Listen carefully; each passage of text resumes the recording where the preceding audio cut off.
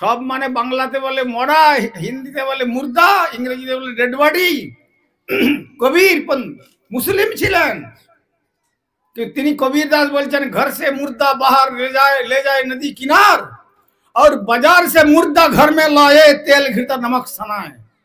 सही मुर्दा को बनत रसैया जिम्मत कर दो खाना, कहे कबीर सुन भाई साधो नारगुन है बहुराना। एक की विचित्र मानुष, একটা হরিণকে যদি ছাগলকে মেরে দেন যে তুমি খাও, খাবে সে তার আহার সম্বন্ধে সচেতন। সে কিন্তু বলবে না আমার জন্য কচি তৃণ ঘাস, গাছের পাতা, এইটাই বিধাতা সৃষ্টি করেছেন আমার জন্য, এটা আমি আহার, আমি খাবো। একটা বাঘকে যদি কচি ঘাস দেন খেতে সে খাবে? সে বলবে আমি যদি এক মাসে একটা শিকার করতে পারি তথাপি তাকে আমি এক মাস জিবিয়ে জিবিয়ে রেখে তাকে আমি আহার করব, আমি অপরের আহার খাবো না। তো দেখুন পশু পক্ষী এরা সব নীতি জানে, খেতে জানে, আহার জানে, বিহার জানে, সময়েতে বিহার করে। তারা তাদের স্ত্রীকে ব্যবহার করে যথা সময়েতে। কিন্তু মানুষ কোনো কালাকাল বিচার নাই। আজ পার্কে যাবেন অবৈধ সঙ্গ, রাস্তায় যাবেন অবৈধ সঙ্গ, টিভির পর্দায় দেখবেন অবৈধ সঙ্গ। আজ দেখবেন দুর্ভাগা বাবারা আজকাল পরিণত বয়সের মেয়ের সঙ্গে সন্তান জন্মদান করে দিচ্ছে, এই তো অবস্থা। সুতরাং এটা মানুষ, কোনো হুঁশ বলে কোনো জিনিস নাই, কোনো চরিত্র নাই, কোনো ক্যারেক্টার নাই, কোনো আদর্শ নাই, কোনো মরালিটি নাই, কি করে হবে মানুষ? তাই মানুষ করতে গেলে এই জন্য বলেছিলেন কবি, 7 কোটি সন্তানের হেমুগ্ধ জননী রেখেছ বাঙালি করে মানুষ করনি। মানুষ করতে হবে। আমরা ছাত্র জীবনে পড়েছিলাম without rationality there is animality, rationality plus animality equal to man. এই জন্য মানুষ হচ্ছে রেশনাল এলিমেন্ট, যারা পড়াশোনা করেছেন তারা জানেন।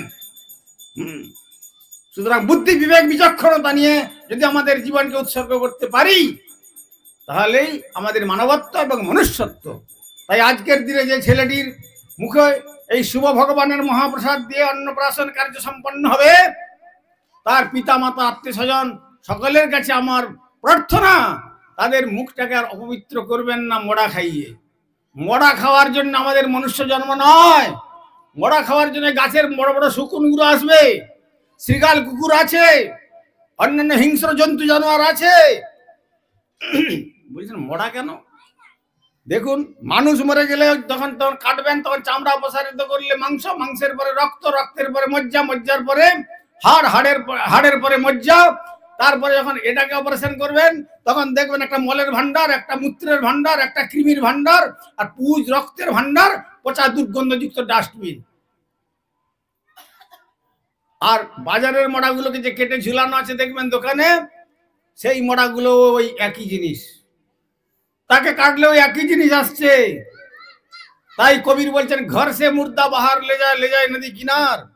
ঘরের বাবা যখন মরে গেছে, হতে পারে তিনি বিশ্বের মধ্যে সর্বশ্রেষ্ঠ ধনী, কিন্তু ছোট নাতি যখন স্পর্শ করতে যাচ্ছে তার মা তাকে টেনে নিচ্ছে, ওরে যাবি না, এখন অপবিত্র হয়ে গেছে।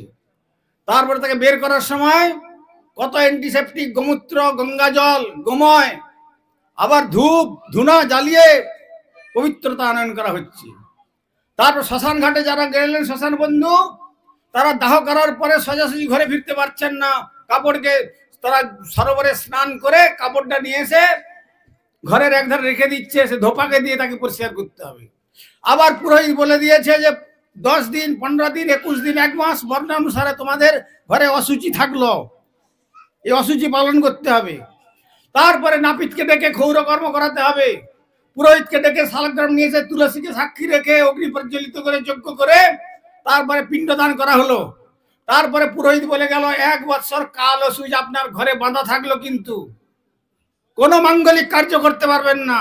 তাহলে একটা দেহ থেকে প্রাণ চলে গেলে যখন মোড়ায় রূপান্তর ঘটে, সেটা পবিত্র না অপবিত্র? সুতরাং একটা দেহের থেকে প্রাণ চলে গেলে এই প্রকার অপবিত্রতা হয়। তেমনি তাহলে ঘরের মোড়াটা পবিত্র বলে শ্মশান ঘাটে নিয়ে যাওয়া হচ্ছে, এইভাবে তার পবিত্র সম্পাদন করার জন্য 1 বৎসর কাল আমাকে অসুচি পালন করতে হচ্ছে। बात्सरिक अशुचि। और बाजार से मुर्दा घर में लाए तेल घृत नमक सनाए। बाजार থেকে মড়াগুলোকে কিলো কিলো ধরে কিনে নিয়ে কোথায়? বারান্দাতে নয়, बेडरूमे नয়, একবারে সোজা किचन रूम। और सही मुर्दा को बनाता रसैया, সেই মড়াটাকে আবার খুব ভালো করে মশলা দিয়ে কষে রোজ বেশ সুন্দর করে স্বাদ করে গরম মশলা দিয়ে ঘি দিয়ে কত রকম মশলা দিয়ে পাক করে জিম্মত করতো খানা খাবার তৈরি করছে।